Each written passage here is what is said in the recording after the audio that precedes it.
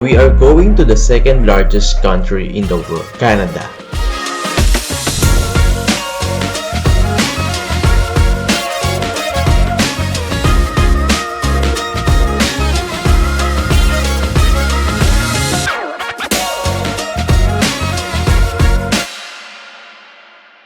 So we are going to the second largest country in the world, Canada. We did reach the airport in Calgary in the evening, and from there, we rented a car and go straight away to Alberta, Canada.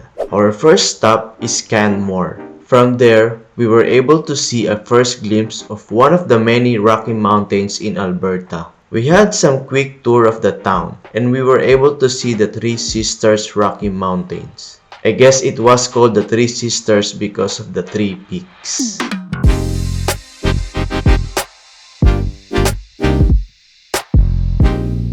After Canmore, we land traveled to visit the Banff National Park. We had a 20 to 30 minutes travel from Canmore to Banff National Park.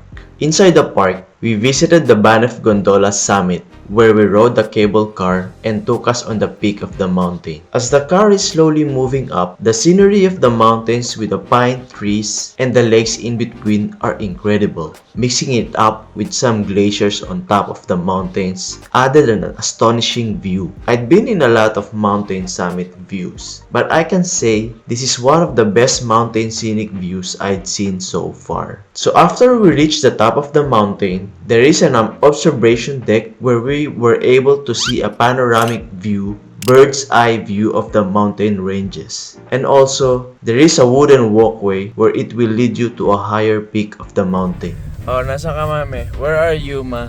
We're in Gondola. Summit. Gondola Summit. Gondola Summit. Wonderful place. How was the experience in the gondola? It's beautiful, amazing views. Amazing views. The Banff Gondola is one of the main attractions here in Banff National Park and a must visit when you're in Alberta. After we came down from the Banff Gondola summit, I was fortunate to see a young fox in the parking area. He is so cute!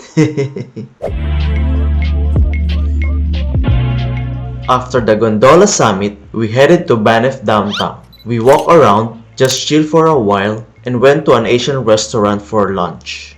As we walk along the street, we see a lot of souvenir shops and restaurants left and right.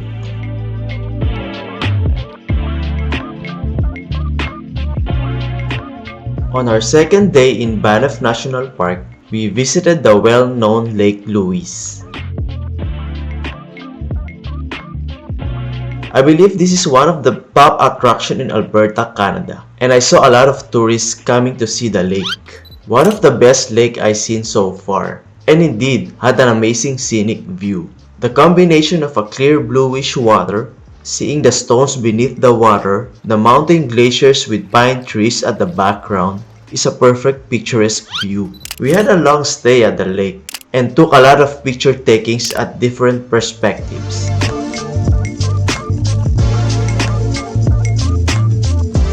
As we continue our tour around the park, we had a quick stop to see the Bow Lake.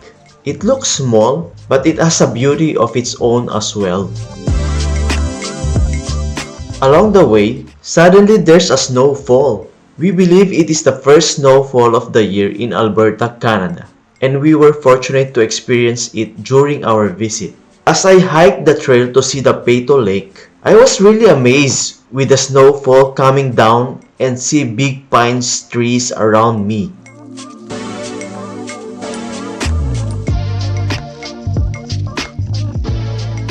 At last, I reached the Peyto Lake. Although it's foggy, it still has an incredible view.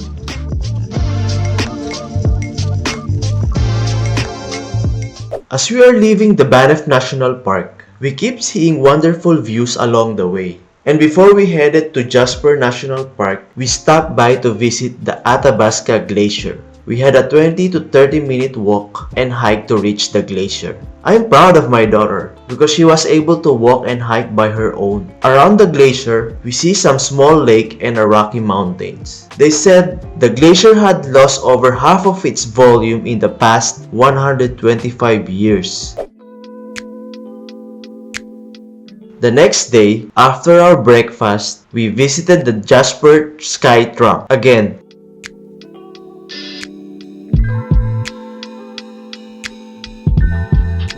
We ride a cable car, seeing some good scenic views. As we reach the summit, there's an observation deck where you will see bird's eye view of the Jasper National Park. We did see an amazing view of the lakes and glacier mountain ranges. So guys, yellow. Mukhang nag-snow dito last time. Ang tigas pa ng yellow. Tigas, yellow siya.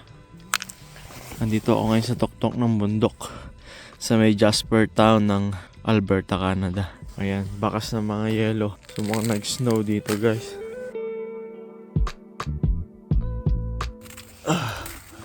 Para siyang crush ice talaga. Pwede pang halo-halo. Ang ganda ng pagkaka-crush. Yellow talaga to guys. Same as Banff Gondola summit, there's a hiking trail where it will lead you to a higher peak of the mountain.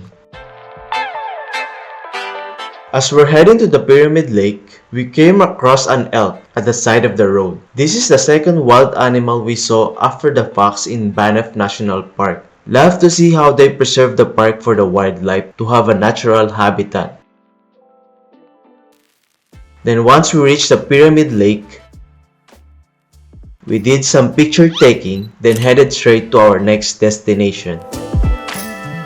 We had a quick stop at the Medicine Lake and took some picture taking. They are also calling the Medicine Lake as the Disappearing Lake because they said the water in the lake drains during fall and winter season. The next lake we visited at the Jasper National Park is the Maligne Lake. It has a great view of the clear water with a surrounding view of mountain glaciers and pine trees.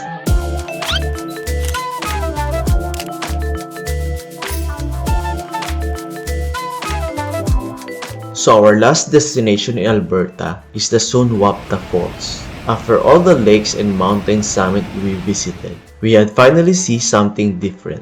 They said the word Sunwapta is a Stony language word that means turbulent water. And obviously, the water flow from the fall is very fast.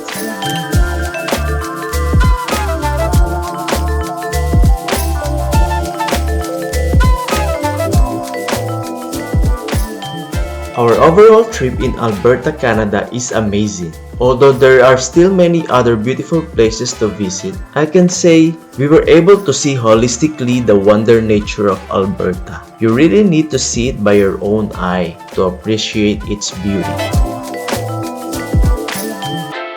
Alberta is the best place for the nature lover and adventure enthusiasts. You'll never know what to expect. From the wildlife you may encounter, the abundance of hiking trails in the mountains, and the nature that was well preserved. One of the best places in Canada, and will forever be grateful for this incredible experience. Thanks Alberta, bye for now.